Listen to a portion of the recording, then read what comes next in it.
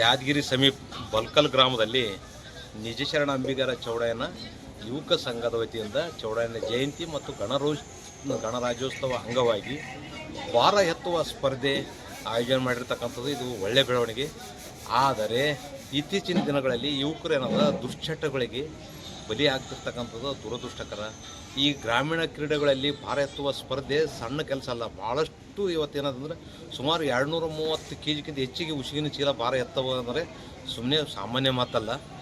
ರಾಜ್ಯ ಸರ್ಕಾರ, ಜಿಲ್ಲಾಡಳಿತ ಇಂಥ ಗ್ರಾಮೀಣ ಕ್ರೀಡೆಯಾಗಿರ್ತಕ್ಕಂಥ ಭಾರ ಎತ್ತುವ ಸ್ಪರ್ಧೆ ಇರತಕ್ಕಂಥ ಕ್ರೀಡಾಪಟುಗಳಿಗೆ ಅವ್ರಿಗೆ ಕರೆಸಿ ಜಿಲ್ಲಾಡಳಿತದಲ್ಲಿ ಗಣರಾಜ್ಯೋತ್ಸವ ಆಗಿರ್ಬೋದು, ಯಾವುದು ಕರ್ನಾಟಕ ರಾಜ್ಯೋತ್ಸವ ದಿವಸ ಆಗಿರ್ಬೋದು, 15 ಆಗಸ್ಟ್ ದಿವಸ ಆಗಿರ್ಬೋದು, ವಿವಿಧ ಕಾರ್ಯಕ್ರಮದಲ್ಲಿ ಇವ್ರನ್ನ ಗುರುತಿಸಿ ಅವ್ರಿಗೆ ಅಂಥ ಕಾರ್ಯಕ್ರಮದಲ್ಲಿ ಕರೆದು ಕೈಸಿ ಸನ್ಮಾನ ಮಾಡಿ ವಿಶೇಷ ಬಹುಮಾನವನ್ನು ವಿತರಣೆ ಮಾಡಿದ್ದೆ ಆದರೆ ಅವರಿಗೆ ಗೌರವ ಸಲ್ಲಿಸಿದಂಗಂತ ಅವ್ರಿಗೆ ಕೂಡ ಪ್ರೋತ್ಸಾಹಿಸ್ತಕ್ಕಂಥದ್ದು ನನ್ನ ಅಭಿಪ್ರಾಯ.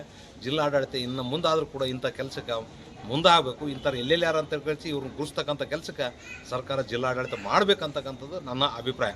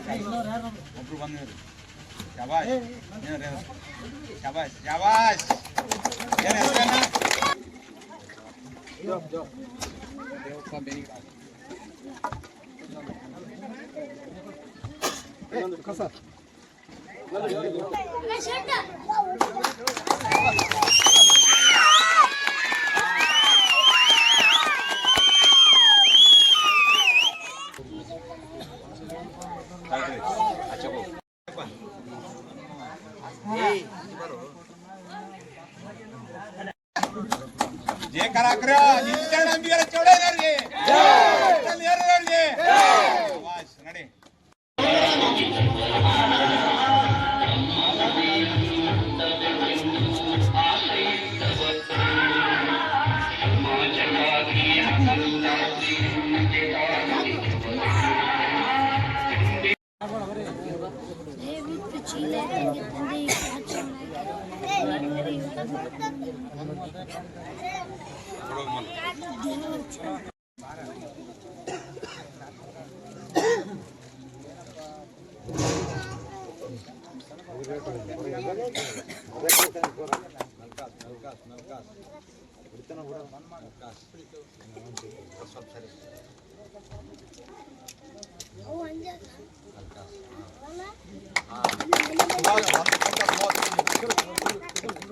ಬಿಡ್ರಿ ಎಲ್ಲ ಜೋರಾಗಿ